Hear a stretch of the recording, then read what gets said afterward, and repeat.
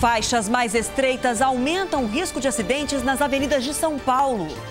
Renan Cunha e empresários criticam suposta intenção do governo de recriar a CPMF. STF decide que delação premiada do doleiro Alberto Youssef tem valor legal. Após ganhar mais um ouro, o Usain Bolt é atropelado por cinegrafista na China. Na série especial, os sucessos da Jovem Guarda, que encantam novas gerações de fãs e ídolos. Pode vir quem dizer, eu estou perdendo. Olá, boa noite para você. Nas avenidas das grandes cidades brasileiras há uma guerra por espaço. Em São Paulo, a tentativa de criar novas pistas e aumentar o fluxo de veículos tem deixado as faixas cada vez mais estreitas. Esse aperto no trânsito deixa carros, motos e ônibus mais perto uns dos outros e aumenta o risco de acidentes. A reportagem é de Thaís Furlan. É tudo muito estreito, um aperto só. Ciclovia, corredor de ônibus, pistas para os carros, aí fica assim, todo mundo colado, disputando espaço onde falta centímetro. Se passar bem certinho, isso não bate. Olha, é uma guerra, é difícil, ainda mais que tem os motoqueiros, né? Com as faixas mais estreitas, o motociclista, alvo de tanta reclamação, é o mais prejudicado. Realmente é muito perigoso, né? A gente se sente incomodado, a adrenalina sobe um pouco mais, né? Entendeu? Porque passar no trânsito realmente não é fácil. E para passar, em alguns casos, haja manobra. Aqui, sem qualquer aviso para o motorista, a rua afunila. Quando o veículo é grande, muitas vezes fica impossível não circular em cima da faixa. E onde o espaço é pequeno, quem é grande incomoda. Não cabe nenhum ônibus. Praticamente, se a gente ficar muito para o lado esquerdo, a gente fecha os carros de passeio. Se ficar do lado direito, a gente acaba batendo nos postes. Alguns anos atrás, na década de 80, as faixas eram mais largas, mas ultimamente as pistas em São Paulo, por exemplo, têm ficado mais justinhas. Segundo a CET, a mudança é para aumentar a capacidade de tráfego. Muitas faixas tinham 3,5 metros e agora tem 2,65 metros de largura, uma redução de 25%. A medida trouxe mais perigo ao trânsito, na opinião de alguns especialistas. O código diz que a distância entre uma faixa e a outra é 3,5 metros. O padrão internacional é 3,5 metros. 3 metros no mínimo. Agora, menos do que isso daí é uma temeridade. A grande ironia é que, por lei, o motorista é obrigado a manter uma distância segura do veículo ao lado. Mesmo em vias em que o espaço é reduzido, quem não cumprir a regra fica sujeito a multa de R$ 127,69 e ainda pode acumular 5 pontos na carteira de habilitação. Numa faixa tão estreita não consegue passar, então você tem que esperar outro carro passar para você passar. Ou espremido. Ou espremido, lógico. No Rio de Janeiro, a polícia procura por 3 assaltantes que agrediram um empresário para roubar a bicicleta dele de competição, avaliada em mais de R$30 mil. O homem sofreu lesões graves e está internado. Os casos de violência têm preocupado os ciclistas. Sérgio adora pedalar no maior parque urbano da cidade, mas perdeu a tranquilidade. Eu e minha esposa já fomos 3 vezes.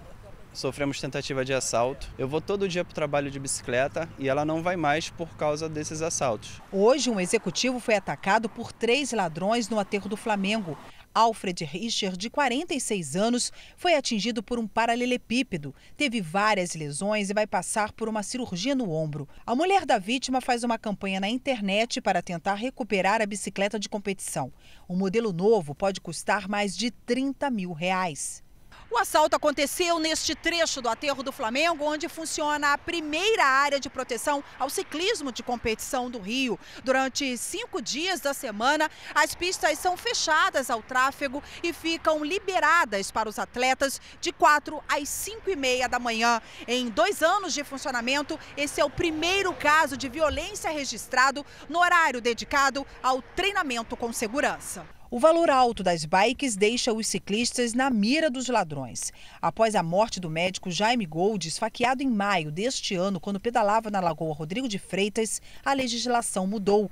Mas o roubo de bicicletas ainda não entrou nas estatísticas de criminalidade. Amsterdã, Londres e Paris, que utilizam bicicletas há décadas, existem muitos furtos. O problema é que no Rio de Janeiro e no Brasil existem muitos roubos, é quando a pessoa está presente. A Polícia Militar do Rio de Janeiro informou que faz patrulhamento no aterro do Flamengo.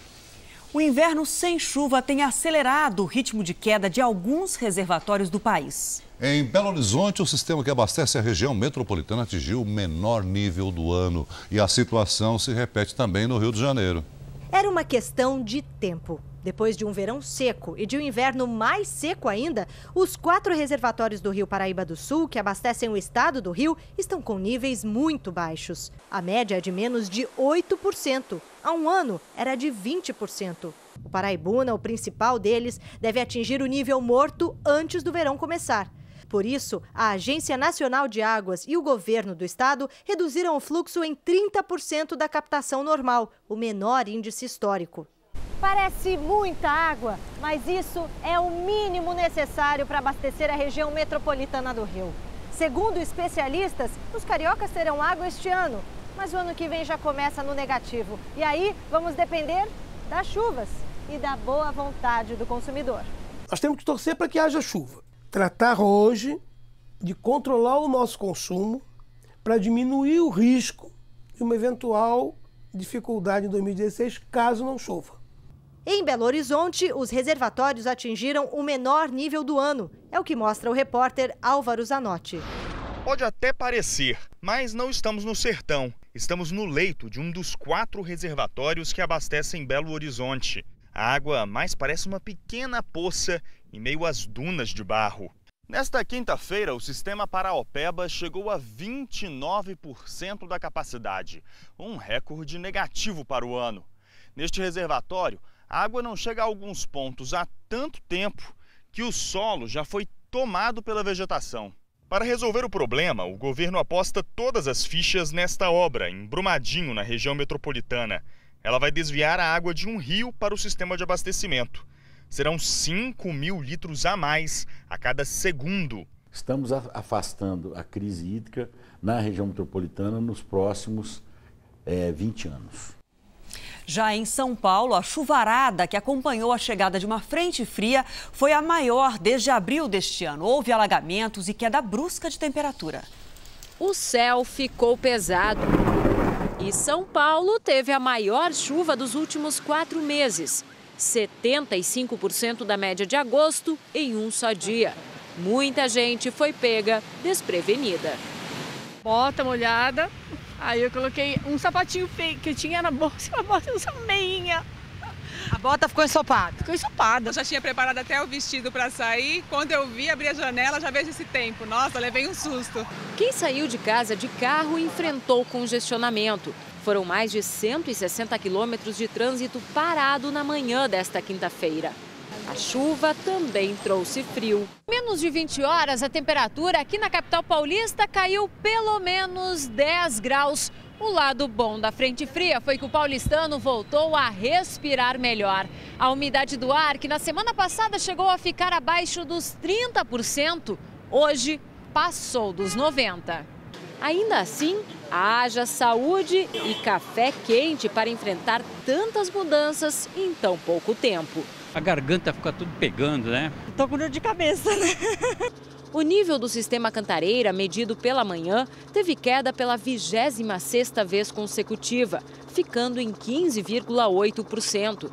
E a chuvarada que caiu por lá não vai garantir elevação nos próximos dias, segundo.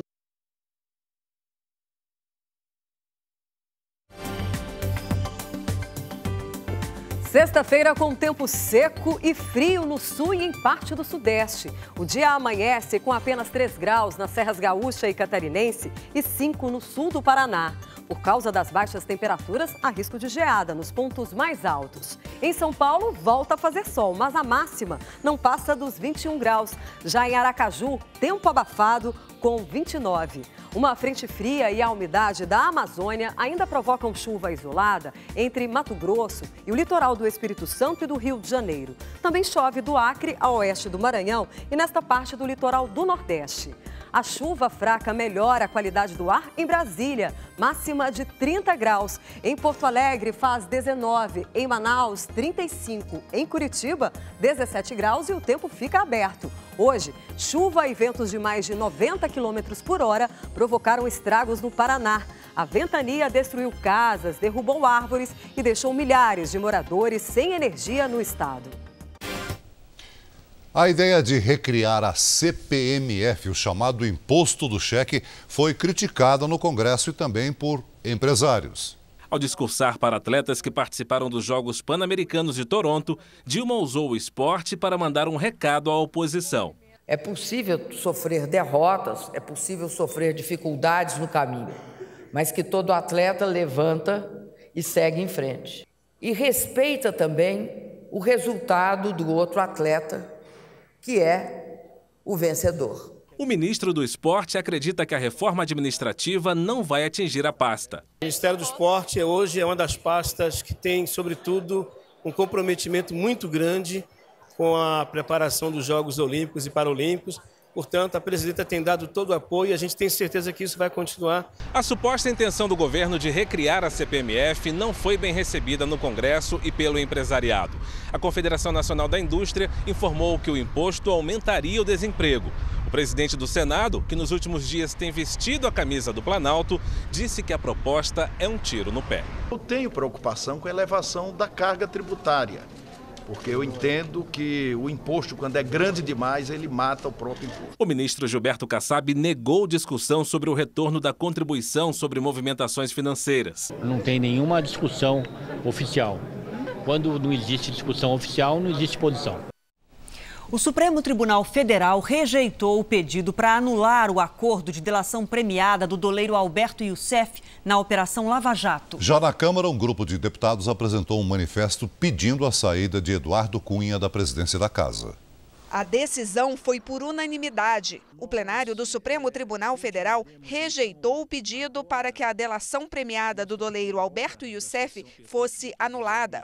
O acordo foi autorizado pelo ministro Teori Zavascki, mas a defesa de um dos executivos da Galvão Engenharia argumentou que Youssef não teria credibilidade para fazer um acordo de delação premiada porque seria um criminoso profissional. De olho na Operação Lava Jato, aqui na Câmara, um grupo independente de parlamentares quer que Eduardo Cunha se afaste da presidência da Casa. Por enquanto, esse grupo tem a adesão de 35 deputados de 10 partidos, principalmente do PT.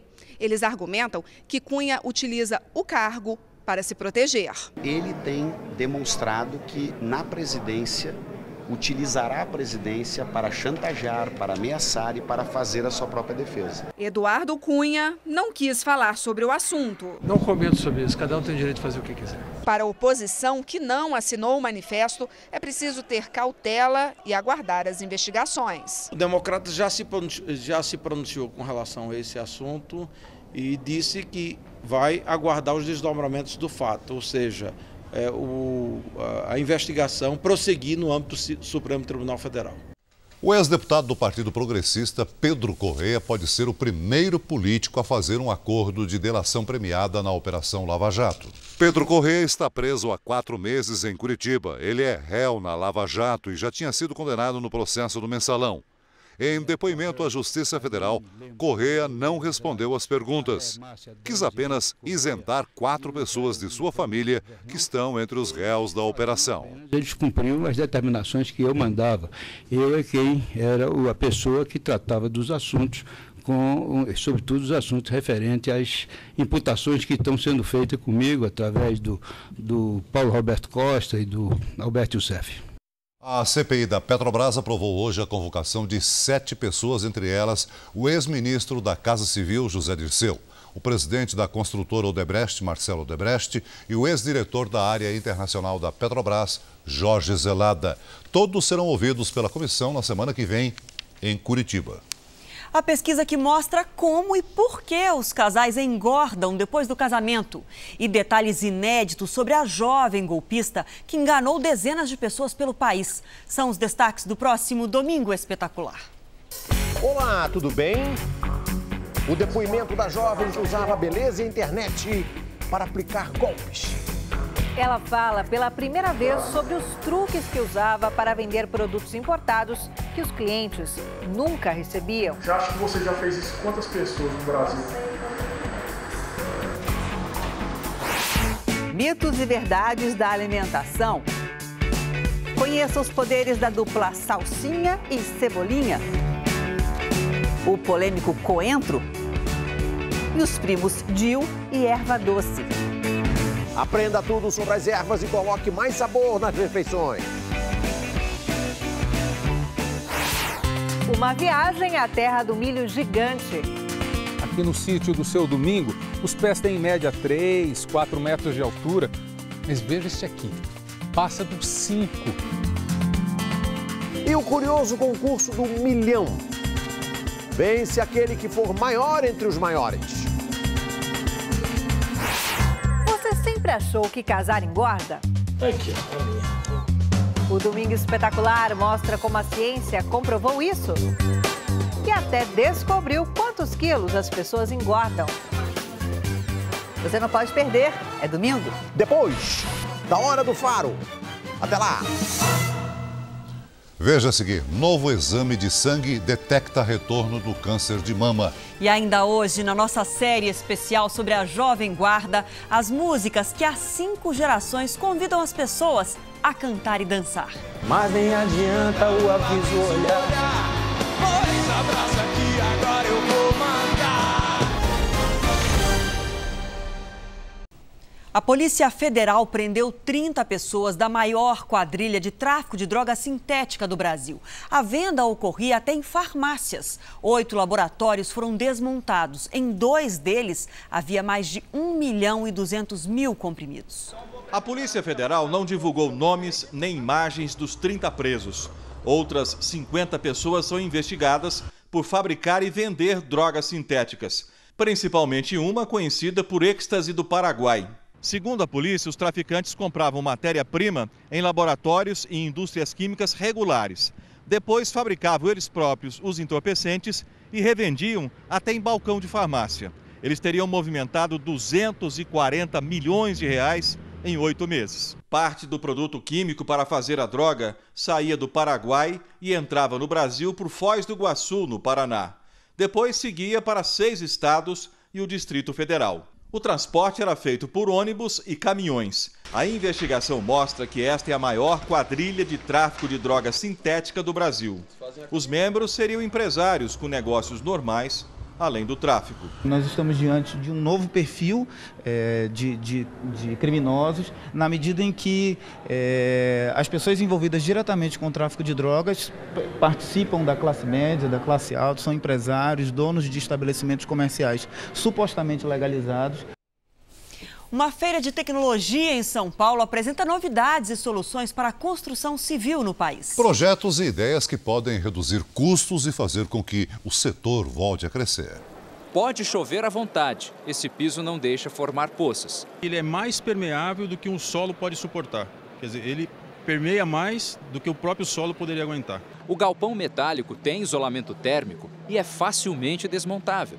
Nessa feira da construção civil em São Paulo, 600 expositores apresentam inovações para esse setor da economia brasileira, responsável por 8% do PIB nacional e que recebe metade de todo o investimento do país. Ideias não faltam para tentar retomar o crescimento da construção civil, que no ano passado foi de apenas 1%. A criatividade costuma ser uma alternativa eficiente em momentos de crise. Essa casa aqui é um exemplo disso. Foi construída em concreto e plástico PVC. Ela é bonita, mas tem outros detalhes que também são importantes. É resistente e ainda pode ser mais barata. A construção civil gera cerca de 3 milhões de empregos em todo o país. É uma espécie de termômetro da economia, por ser mais sensível às crises. Mas é também capaz de reagir rápido quando recebe estímulos e inovações. É uma renda que passa para muitas mãos. E o fato de passar para muitas mãos gera um efeito dessas pessoas depois gastarem e movimentarem novas atividades na economia.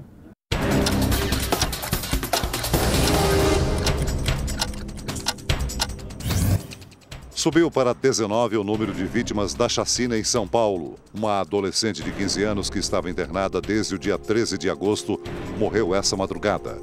Até agora, um policial foi preso e outros 18 PM suspeitos são investigados pelos crimes. A Polícia Rodoviária Federal realizou operações em todo o país para combater o excesso de velocidade nas rodovias. Este ano, mais de 2 milhões de motoristas já foram flagrados e multados. No Rio de Janeiro, o ex-presidente do Uruguai, José Mujica, recebeu o prêmio Personalidade do Ano da Associação das Câmaras de Comércio da América do Sul. Mujica é senador no Uruguai e, quando exerceu a presidência, descriminalizou o uso da maconha no país. No fim do dia, Mujica se reuniu com estudantes na Universidade do Estado do Rio. Na China, o velocista jamaicano Usain Bolt ganhou mais uma. Na prova dos 200 metros, atropelou os adversários, mas durante a volta olímpica, levou um susto. Bolt foi tetracampeão mundial dos 200 metros com facilidade. Cruzou a linha de chegada com um tempo oficial de 19 segundos e 55 centésimos, o melhor do ano. Só que enquanto comemorava, foi atropelado por um cinegrafista chinês. Bolt deu uma cambalhota para trás e levou na esportiva. Agora o futebol. 3 times paulistas, 2 cariocas e 1 catarinense garantiram vaga na fase de quartas de final da Copa do Brasil. Em Florianópolis, o Figueirense fez o dever de casa e venceu o Atlético Mineiro de virada por 2-1. Em Belém, o Fluminense repetiu o placar do jogo de ida e, com a vitória por 2-1, passou pelo Paysandu. O São Paulo foi a Fortaleza e, na volta do goleiro Rogério Ceni, derrotou o Ceará por 3-0. No Rio de Janeiro, diante de 45 mil torcedores, um empate em 1-1 com o Flamengo garantiu o Vasco nas quartas de final. Um ambiente melhor, mais tranquilidade para trabalhar, que a gente possa ter esse ambiente aí cada final de semana, cada jogo aí agora do brasileiro também. Em São Paulo, o Santos foi melhor do que o Corinthians e passou de fase ao vencer o clássico por 2-1. No Mineirão, o Palmeiras precisava só de um empate, mas foi além. Conseguiu uma ótima vitória por 3-2 e afundou o Cruzeiro numa grande crise. Destaque do jogo foi o garoto Gabriel Jesus, de 18 anos. Um toque sutil dele na bola e o paraguaio Lucas Barrios fez o primeiro gol. Com 2 golaços, Gabriel Jesus brilhou no seu 4º jogo apenas como titular. Achei que eu estava bem leve, bem solto no campo e consegui demonstrar um pouco do meu futebol. A mais nova promessa do futebol brasileiro veste verde e branco. E o Internacional venceu o Ituano agora há pouco por 2-1 e também está na próxima fase da Copa do Brasil. 200 imigrantes podem ter morrido na travessia do Mar Mediterrâneo depois que um bote naufragou na costa da Líbia. Na Áustria, autoridades encontraram corpos de ilegais que tentavam entrar no país. Quem passava por ali jamais poderia imaginar. Dentro do caminhão, parado no acostamento, dezenas de mortos. O veículo foi abandonado na rodovia que liga a Áustria à Hungria, país que se tornou rota para imigrantes ilegais que chegam ao continente. A maioria foge de conflitos na África e no Oriente Médio. Na cúpula em Viena, que discute o assunto, a chanceler alemã Angela Merkel afirmou que a Europa tem uma obrigação histórica e deve abrigar os imigrantes. O governo português disse hoje que o país está pronto para ajudar na crise. Parlamentares aprovaram um plano para receber até 1.500 refugiados. As autoridades esperam agora a aprovação da União Europeia. Se isso acontecer, os primeiros imigrantes podem começar a chegar aqui já nas próximas semanas. Uma gota no oceano. A Alemanha, sozinha, espera receber pelo menos 800 mil pedidos de asilo só este ano. E os botes que chegam todos os dias à costa italiana parecem cada vez mais lotados. Um novo exame de sangue, ainda numa fase experimental, consegue identificar o retorno do câncer de mama até 8 meses antes dos exames convencionais. Pesquisadores britânicos acompanharam 55 mulheres que tiveram a doença. Em 12 pacientes, o teste identificou traços de um novo tumor, ainda num estágio muito inicial. O estudo traz esperança, porque quanto mais cedo se descobre o câncer, maior a chance de cura. Nos Estados Unidos, o atirador que matou 2 jornalistas tinha histórico de agressividade e foi orientado a buscar ajuda médica. Na coletiva de imprensa, o diretor da emissora revelou detalhes sobre os 11 meses em que Vester Flanagan trabalhou como repórter na rede de TV americana e recebeu apoio dos funcionários. No dia de sua demissão, ele fez ameaças e a polícia teve que ser chamada. Disse: Pela manhã, o telejornal que transmitiu ao vivo a morte de Alison Parker e de Adam Ward fez uma homenagem aos jornalistas.